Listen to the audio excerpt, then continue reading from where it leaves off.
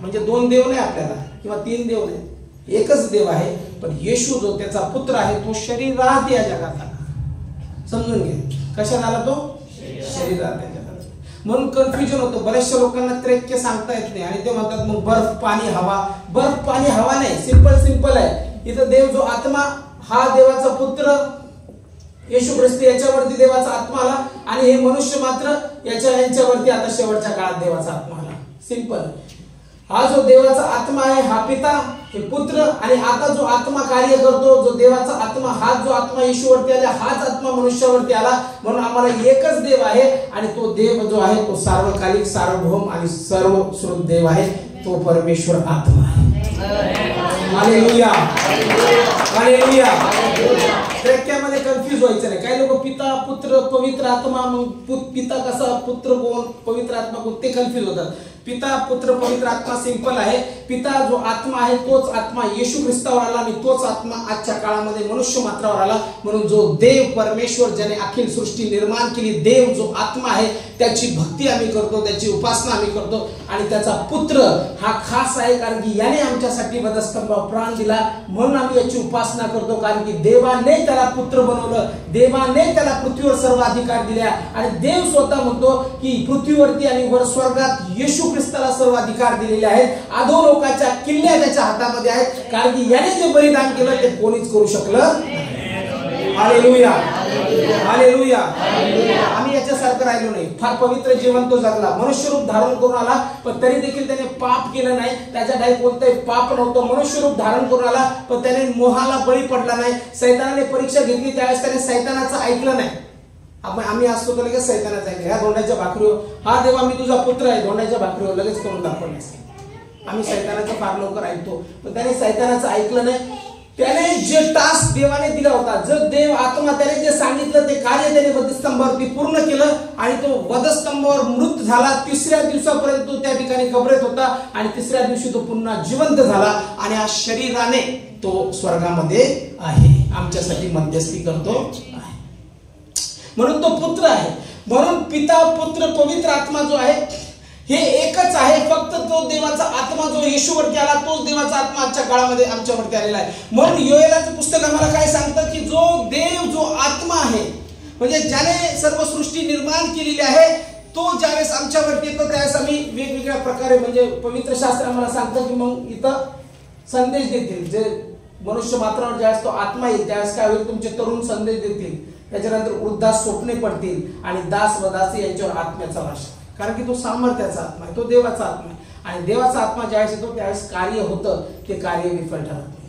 मग हा जो देवाचा पुत्र आहे, पवित्र शास्त्र आम्हाला काय सांगतं, तो स्वतः ज्यावेळेस या जगात आला त्यावेळेस तो काय सांगतो, मत्तै ऋषिवर्तमान याचा 3रा अध्याय 16 वचन, मत्तै 3:16 मध्ये काय म्हटलेलं आहे, मत्तै 3:16,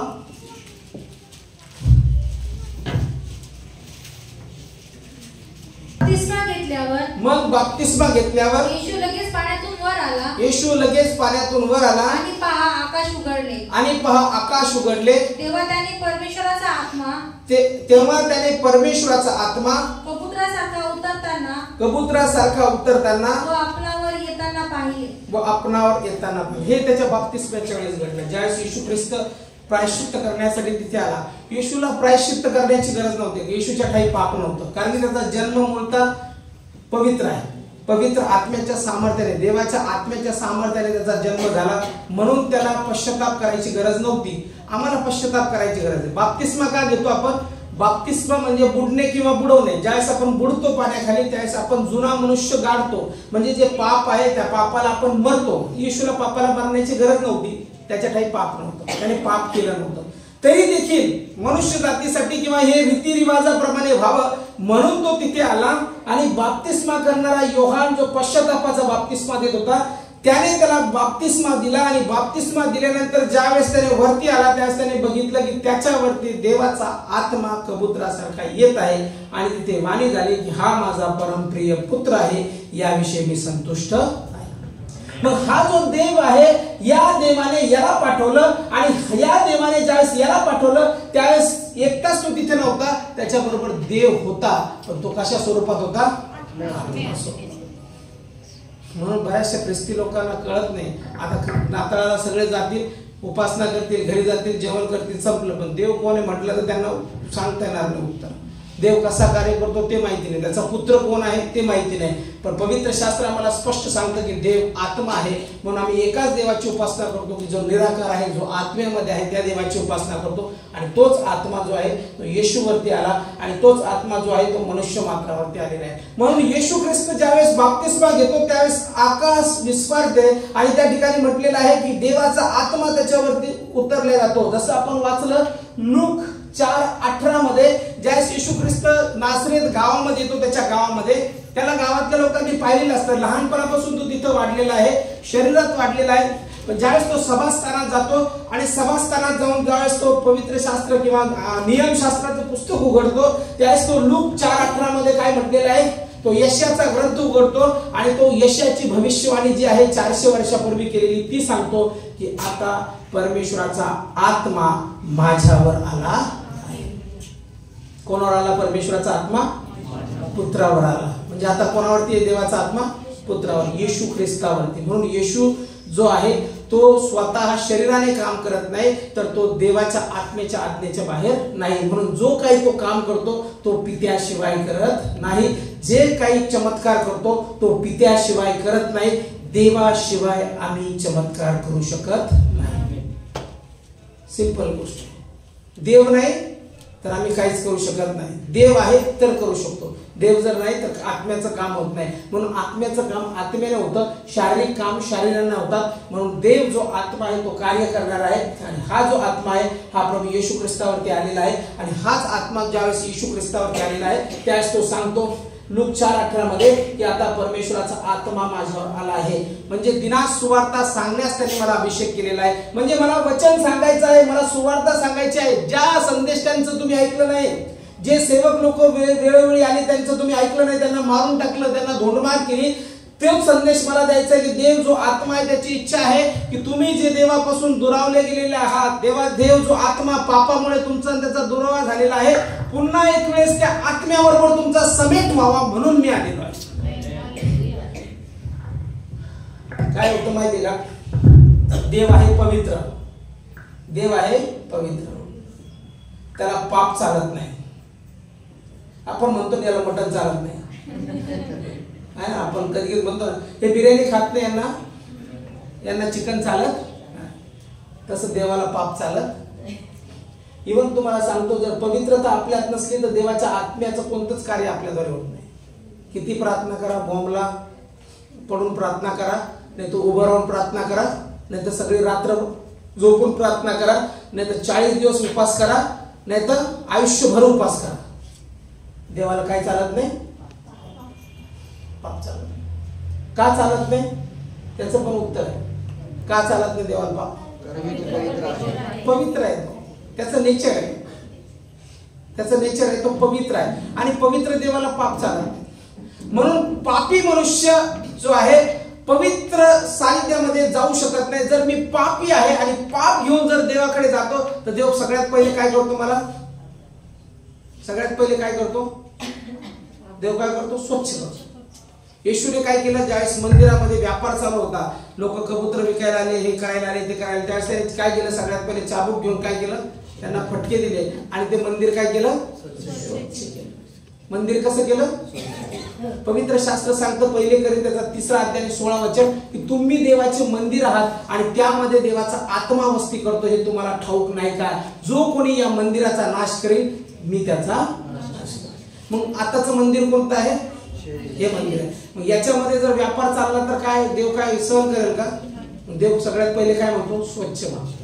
जर पाप असलं, मी पापी आहे, मी जर चुकीच्या गोष्टी करत असलो, माझ्यात लबाडपणा आहे, मी खोटं बोलत असलो वेळोवेळी, मी जर पाप करत असलो, मी जर व्यभिचार करत असलो, मी जर जार कर्म करत असलो आणि या सगळ्या गोष्टी करून मी म्हणतो देवा मी तुझा आहे आणि माझी प्रार्थना ऐक, देव माझी प्रार्थना ऐकल का? नाही ऐकणार. का? कारण की देवाला पाप चालत नाही. देव पवित्र आहे, त्याचं नेचर आहे, ते त्याचा स्वभाव तो आहे की तो पवित्र आहे. म्हणून सगळ्यात पहिले देव काय करतो? या मंदिराला स्वच्छ करतो, शरीर रूपी मंदिराला स्वच्छ करतो. म्हणून सगळ्यात पहिलं जर काय असेल तर ते आहे पापाची क्षमा, पाप धुतल्या जाणं. जोपर्यंत मला, म्हणून आम्हाला वचन समजत नाही, आम्ही आपलं हालेलुया प्रेज द लॉर्ड अन्य भाषा बोलतो, पण वचन आम्हाला आतमध्ये गेलेलंच नाही. नुसतं मी खूप प्रार्थना केला, देवा देवा देवा, मला देव नाही ऐकणार माझी प्रार्थना. देव म्हणतो अरे असं काय करतोस, प्रथम तुला तुझं पाप सोडणं गरजेचं आहे, प्रथम तुला शुद्ध होणं गरजेचं आहे, आणि मग नंतर याच्याबरोबर समेट होईल. समेट असंच कसं काय होईल माझा देवाबरोबर?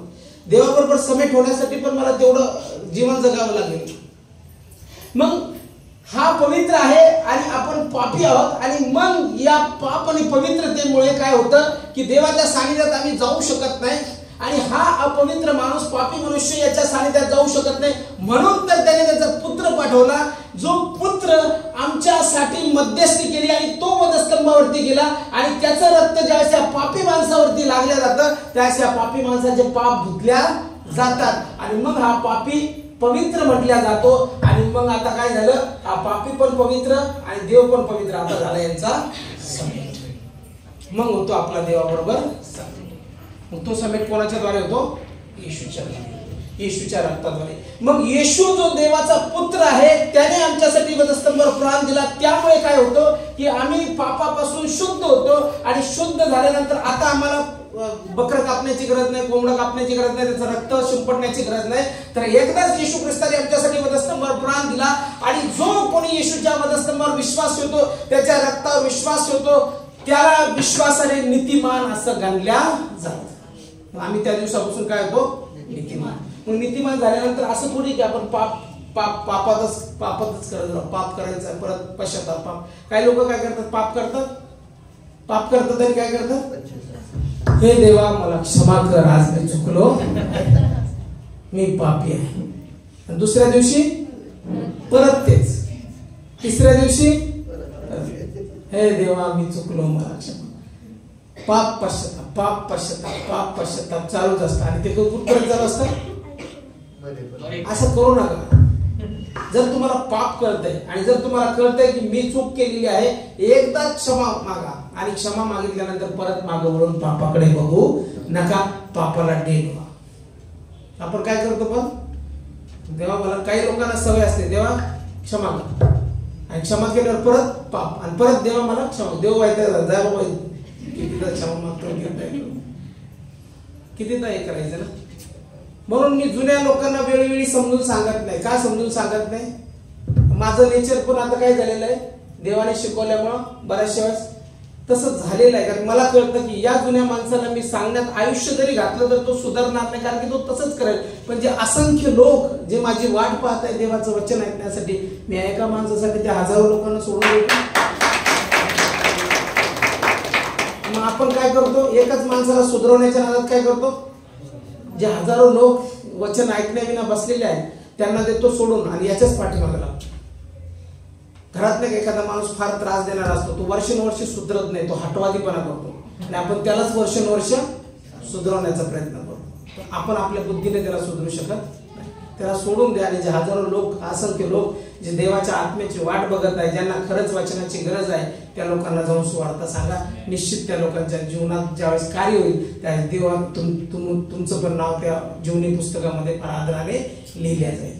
म्हणून हा जो पवित्र परमेश्वर आहे, हा जो पवित्र परमेश्वर, यासाठी पवित्रता पाहिजे, म्हणून त्याचा पुत्र जो आला, त्या पुत्राने वधस्तंभावर प्राण दिला, आणि त्या पुत्राच्या द्वारे आमचं जीवन शुद्ध झालेलं आहे. म्हणून जो कोणी येशू ख्रिस्तावर विश्वास ठेवतो त्याचं पूर्णपणे पापाचं क्षालन होतं, पाप क्षमा होते, आणि पूर्णपणे तो काय होतो, देवाच्या सानिध्यात जातो. मग आता देव जो आत्मा आहे, आता मनुष्य कोणाच्या सानिध्यात गेला, देव जो आत्मा आहे. मग आता आत्म्याची समज आम्हाला यायला पाहिजे. आता आम्हाला कशाची समज आली पाहिजे, कोणत्या आत्म्याची, देव जो आत्मा आहे. आम्ही शरीरामध्ये असल्यामुळे आम्हाला जास्त समज कशाची असते, शरीराची समज असते. आम्हाला कसं असतं, नारळ फुटलं देवा मला पास कर, हे विश्वास नाही मला त्याला, किंवा देवा आता एवढी वेळेस असं तर मी अभ्यास केला नाही पण मला असं होऊ दे, देवा मला ना काहीतरी कर, चमत्कार कर, पण मला वरतून आकाशातून पैसे पाठव. हे बालिशपणा झाला, हा विश्वास नाही, हा झाला बालिशपणा. आता आपल्याला आत्म्यात वाढायचं आहे, आणि आत्म्यात वाढण्यासाठी ज्यावेळेस आम्हाला हे कळलं की याने काय कार्य केलेलं आहे आणि याचा पुत्र कशासाठी पाठवलेला आहे, मग हा जो येशू आहे, हा काय म्हणतो, मी जातो, आता मी पित्याकडे जातो, आणि मी पित्याकडे जात असताना तो काय म्हणतो की मी तुमच्यासाठी कैवारी पवित्र आत्मा पाठवतो आणि तो जो आत्मा आहे तो सत्याचा आत्मा आहे. मग तो आत्मा जो आहे तो देवाचा आत्मा आहे. पण आता माझं काम संपलेलं आहे म्हणून येशू जो देवाचा पुत्र आहे तो बदस्तमावर मरण पावतो, तो लोकांसाठी प्राण देतो, रक्त सांडवतो आणि त्याच्यानंतर तिसऱ्या दिवशी तो मरणातून पुन्हा उठतो. आणि पवित्र शास्त्र सांगतं की जो डेड झालेला होता, जो मृत झालेला होता, त्याला देखील मरणातून उठवण्याचं काम कोणी केलं? देव जो आत्मा. असं म्हटलेलं की येशू ख्रिस्ताला देवाच्या आत्म्याने मरणातून उठवलं. त्याला पण उठवलं कोणी मरणातून? देवाच्या आत्म्याने. मग हा जो देवाचा आत्मा त्याला उठवतो मरणातून आणि येशू ख्रिस्त पुन्हा जिथून आला आत्म्याने, जिथून आला तो परत तिथं जातो म्हणजे देवाकडे जातो आणि तो स्वर्गात देवाच्या उजवीकडे बसलेला आहे आणि तो शरीराने तिथे आहे. आणि हा जो देव आत्मा आहे, आता येशू काय म्हणतो की मी जातो परंतु मी गेल्यानंतर तुम्हाला मी अनाथ सोडणार नाही. कारण की लोकांना असं वाटलं आता येशू तर गेला, आता काय कसं काय होईल चिन्ह चमत्कार, आता आम्हाला देव कसा कळेल. पण तो म्हणतो की मी जात असताना मी जातो त्यावेळेस तुम्हाला अनाथ असं सोडत नाही. तर तुमच्यासाठी जो देवाचा आत्मा आहे जो माझ्यावरती होता, आता मी तो सगळ्या जो विश्वासणारे त्यांच्यावरती पाठवतो. आता आम्हाला सहाय्यक कोण आहे? आम्ही एकटं फील होणार नाही. आता मला एकटं फील होणार नाही कारण की माझ्या बरोबर कोण आहे? देवाचा आत्मा आहे.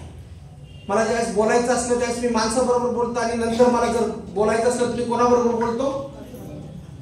मला जर कुठं जायचं मी एकटं जायला घाबरत, मला काही काम करायचं मी एकटं करायला घाबरत. का घाबरत नाही? कारण की आता माझ्या बरोबर कोण आहे? देवाचा आत्मा. आता मला उदास वाटत नाही. का वाटत नाही? आता मला बोलायला देवाचा आत्मा. मग ज्याला उदास वाटतं, ज्याला थकल्यासारखं वाटतं, ज्याला वाटतं मी कधीच बरा होणार नाही, ज्याला वाटतं आता मेलो, आता संपलं, काही खरं नाही, याचा अर्थ त्याला देवाचा आत्माच आणखी समजलेला नाही. म्हणून त्याला काय वाटतं? उदास वाटतं. काही लोक बघा मित्राशिवाय काही पानं चालत नाही त्यांचं. मित्र गेला तरच जाणार, मित्र असला तरच काम करणार. जर सगळं कोणावर अवलंबून असतं जीवन मित्रावर, स्वतःवरती काहीच नसतं. कारण त्यांना एकटेपणा जाणवतो. मनुष्याला एकटेपणा आवडत नाही. बरोबर ना? का तुम्हाला आवडतो सगळ्यांना? कोणाकोणाला मित्र मैत्रिणी जिगरी एकदम त्याच्या बरोबर पालच चालत नाही. पाळाचं माझी मैत्रीण आली तरच मी जाणार, नाही तर मी जाणार नाही. असं कोणी आहे का इथं? पुरुषांमध्ये आहे का? मित्राशिवाय काहीच पान आवडत नाही. बरोबर आहे. मनुष्याला काही एकटेपणा आवडत नाही. पण मनुष्याचा एकटेपणा जो आहे, जो विश्वासणार आहे, त्याच्यासाठी आनंदाची बातमी आहे की हा जो येशू आहे, हा येशू काय म्हणतो? मी जातो पण तुमच्यासाठी मी सहाय्यक आत्मा पाठवतो. सहाय्यक म्हणजे देवाचा आत्मा पाठवतो. म्हणून देव जो पिता जो आत्मा आहे त्याच्यापासून तो आत्मा जो आहे तो तुमच्यावरती येईल आणि ज्यावेळेस तो तुमच्यावरती येईल त्यावेळेस तो तुम्हाला सत्यामध्ये घेऊन जाईल. मग पवित्र शास्त्र आम्हाला स्पष्ट सांगतं की शेवटच्या काळी मी मनुष्य मात्रावर, यानंतर असे होईल की मी मनुष्य मात्रावर आपल्या आत्म्याचा वर्षाव करेन. म्हणजे आजच्या काळामध्ये परमेश्वराने काय केलेलं आहे की आम्ही जे विश्वासणारे आहोत त्यांच्यावरती देवाच्या आत्म्याचा वर्षाव केलेला आहे. आज आम्ही आत्म्याशिवाय काम करत नाही, तर आम्ही आत्म्याबरोबर काम करतो. आम्ही आत्म्याने भरलेलो आहोत. मग देव जो आत्मा आहे तो देवाचा आत्मा आमच्या जीवनात कार्य करतो. जर आम्ही बघितलं लूक वर्तमानाचा 4 अध्याय 1 आणि 2 वचन जर बघितलं, तिथं देखील येशू ज्यावेळेस अरण्यात गेला त्यावेळेस पवित्र आत्म्याच्या सामर्थ्याने भरून गेला असं म्हटलेलं आहे. त्यानंतर आपण काढू प्रेषितांची कृत्य याचा 1 अध्याय 8 वचन. प्रेषितांची कृत्य 1 अध्याय 8 वचन. 1 अध्याय 8 वचन काढा.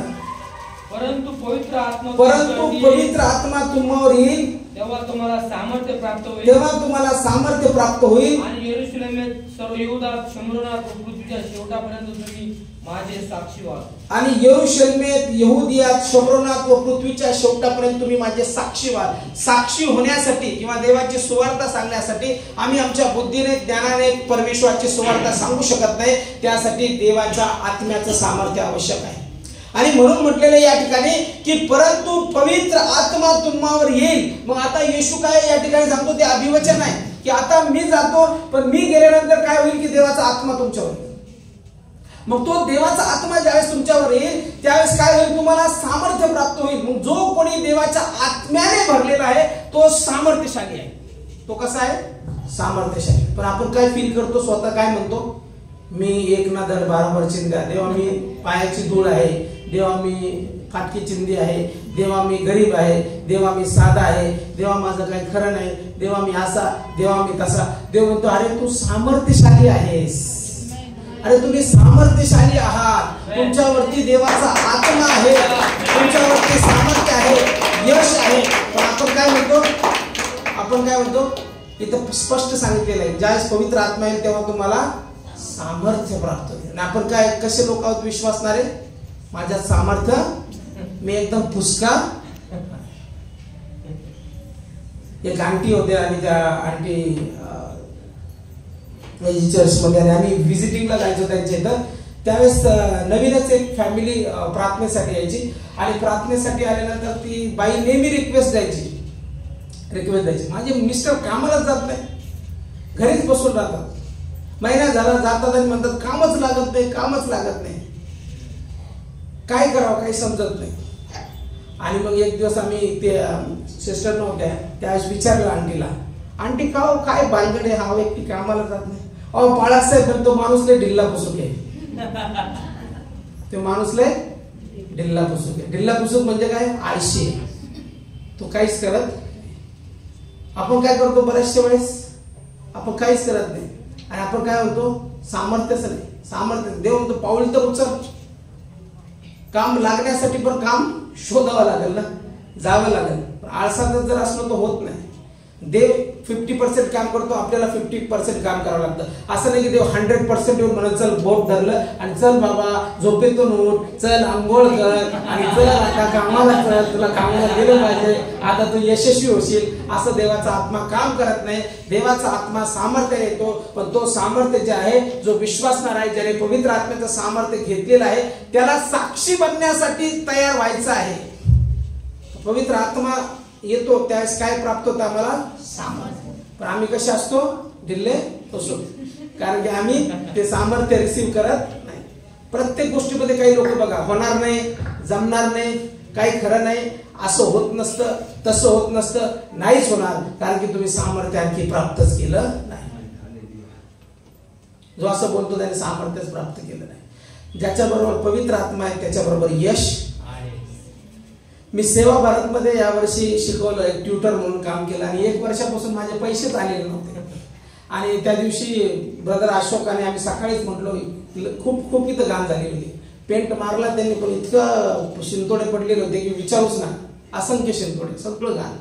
आणि सकाळीच ब्रदर अशोक म्हणे आपण काय करायचं, आपण स्वच्छ करू म्हणे शुक्रवारच्या दिवशी. मी म्हणलं चल स्वच्छ करू. मग आल्यानंतर ते मला म्हटले की बाळासाहेब आणखी कोणाला बोलू का. मी म्हणलो नको, आपण दोघंच करू. म्हणजे आपण दोघंच नाही, तुम्ही बसा मग मी काम करतो. मी म्हणलं नाही मी का बसायचं, म्हणलं मी पण काम करत. मग सुरुवातीला मी म्हणलं चल आपण दोघं काम करू. म्हणलं का असं नका करू ना, मला चांगलं वाटत नाही, तुम्ही काम नका करू. मी म्हणलं मला पण तर आशीर्वाद घेऊ दे. मी कोणाचं काम करत आहे, देवाच्या मंदिराचं, देवाच्या घराचं. आणि देवाच्या घराचं काम करण्यात काय लाज आहे का, मी लहान होणार आहे का काम केल्याने किंवा झाडू मारल्याने किंवा ऐकल्याने. मी म्हणलं मला आशीर्वाद घेऊ दे. मी काय शब्द बोललो त्यांना, आशीर्वाद घेऊ दे. हे देवाच्या आत्म्याचं काम बघा तुम्हाला कसं असतं. ज्यावेळेस आपण मन मोकळं ज्यावेळेस देवाच्या आत्म्याला समर्पित होतं त्यावेळेस कसं कार्य होतं. मग तसं केल्यानंतर दुपारून ब्रदर तुपे पण त्यांना फोन घेऊन केलाच, तरी पण आम्ही कोणाला करायचं नाही त्यांनी केलाच. हे धावतच आले आणि हे पण बसले आमच्या बरोबर फरचे घासत. आणि त्याच्यानंतर काय झालं, आम्ही संध्याकाळची सभा बघितलं की इथं काय होणार नाही आता, कारण की अस्वच्छ आहे. आम्ही पूर्ण स्वच्छ करण्यास 7 वाजवले. 7 वाजल्यानंतर आम्ही म्हटलं चला आता आपण चहा घेऊ.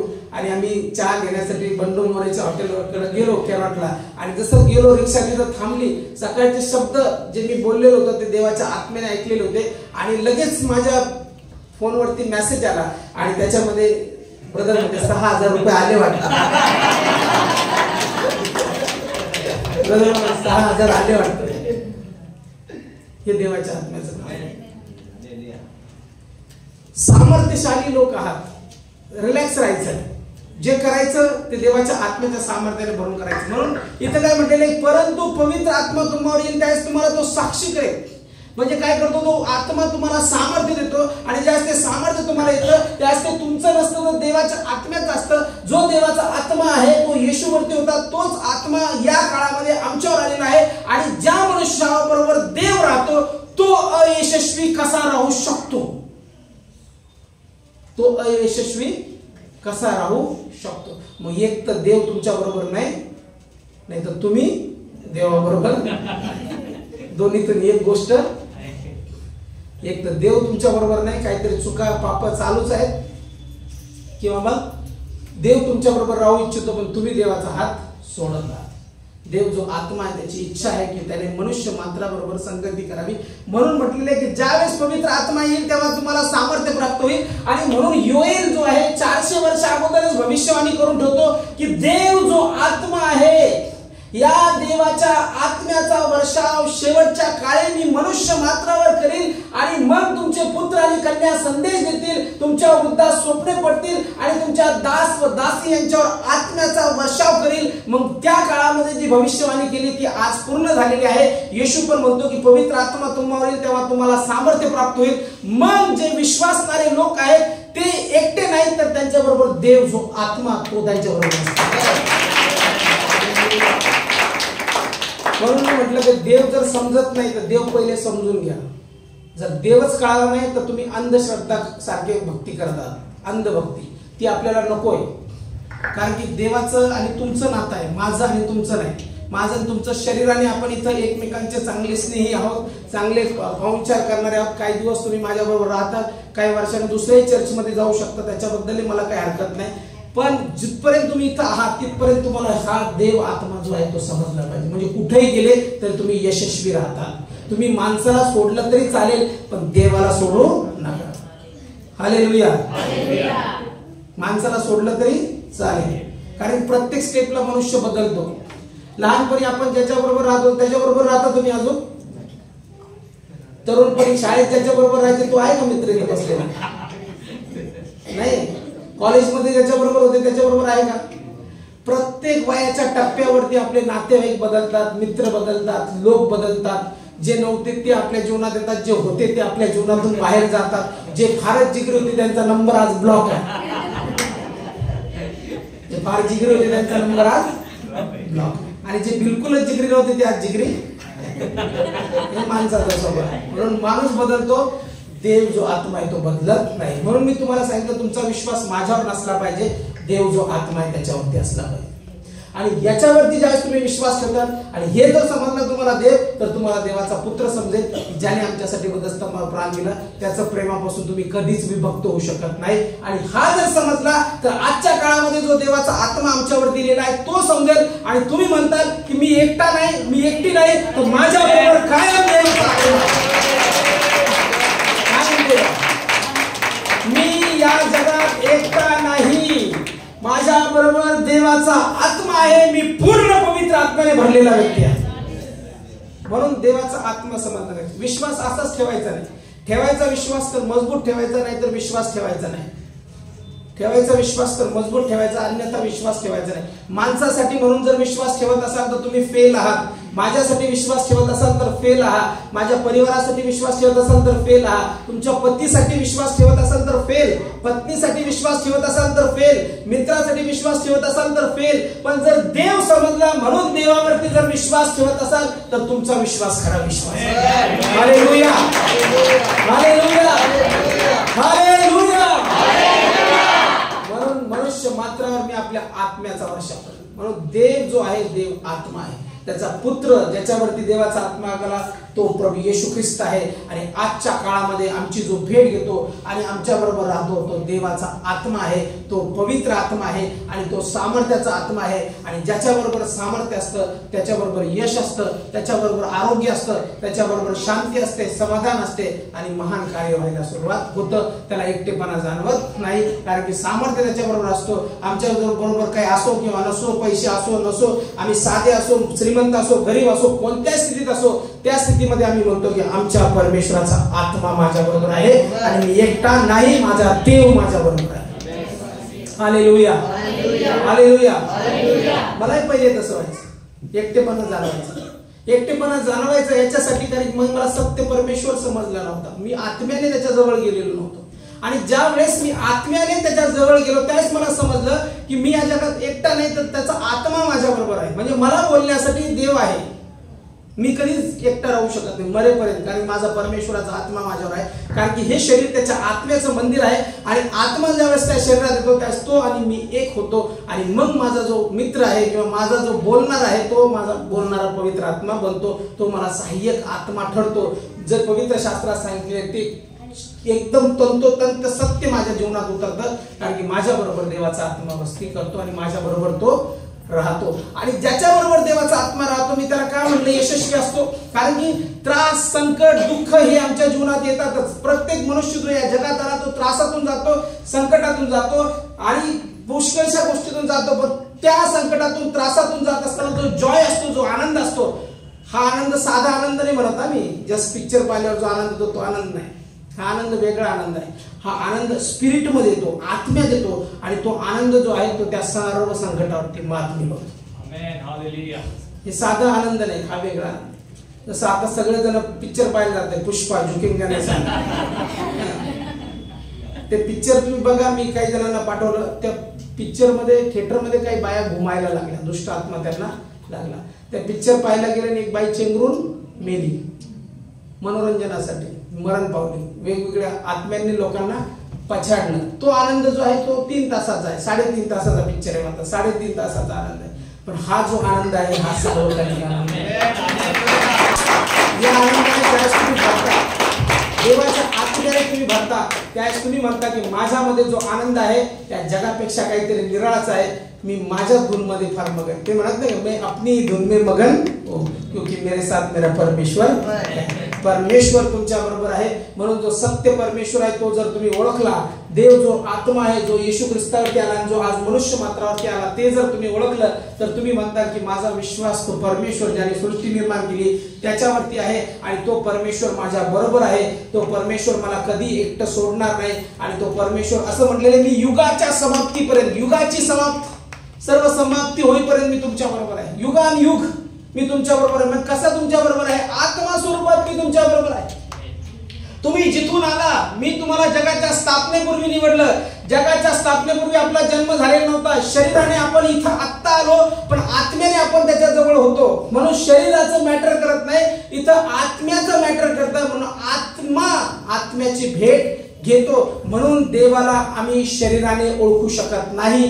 देवाला ओळखण्यासाठी आपला आत्मा उत्सुक पाहिजे. म्हणून शरीराने आपण ओळखू शकतो. शरीराने फक्त आपण असं करू शकतो, पण आत्म्याने जे ज्यावेळेस कनेक्शन होईल त्यावेळेस देवाचा आत्मा कसा बोलतो ते तुम्हाला समजेल आणि परमेश्वराच्या आत्म्याच्या सामर्थ्यामध्ये चालाल. म्हणून ह्या सगळ्या गोष्टी जर तुम्हाला समजल्या असेल तर देव तुम्हाला समजला, आणि देव जर तुम्हाला समजलेला आहे तर आजपासून सामर्थ्य तुमच्या जीवनात राहील. कोणत्याही त्रासामध्ये, संकटामध्ये तुम्हाला एकटेपणा जाणवणार नाही. तुम्ही कधीच म्हणणार नाही मी एकटा आहे. तुम्ही नेहमी म्हणताल की देव माझ्या बरोबर आहे आणि देव परिस्थिती बदलणार आहे. देव माझ्या जीवनात कार्य करणार आहे, कारण की माझा परमेश्वर मला सहकार्य करणारा परमेश्वर आहे. हालेलुया. त्यावेळेस आपण सर्वजण आपल्या पायावरती उभं राहूया. जर परमेश्वर तुम्हाला समजलेला असेल तर आज आपण प्रार्थना करूया त्या परमेश्वराकडे. त्याच्या पुत्राच्या नावामध्ये, येशूच्या नावामध्ये प्रार्थना करायला सांगितलेली आहे. का? कारण की येशूचं नाव जे आहे ते सर्व सामर्थ्यशाली नाव आहे. येशूचं नाव जे आहे ते कार्य करणारं नाव आहे. म्हणून त्या येशूचं नाव आम्ही वापरलं पाहिजे. देव जो आत्मा आहे तो म्हटलेला आहे की शेवटच्या काळी मी मनुष्य मात्रावर आपल्या आत्म्याचा वर्षाव करीन, आणि त्यावेळेस त्या आत्म्याचा वर्षाव करीन त्यावेळेस तुमचे पुत्र व कन्या संदेश देतील. ज्यावेळेस देवाचा आत्मा तुमच्यावरती येतो त्यावेळेस तुम्ही संदेश देता, तुमच्या वृद्धास स्वप्ने पडतील असं म्हटलेलं आहे.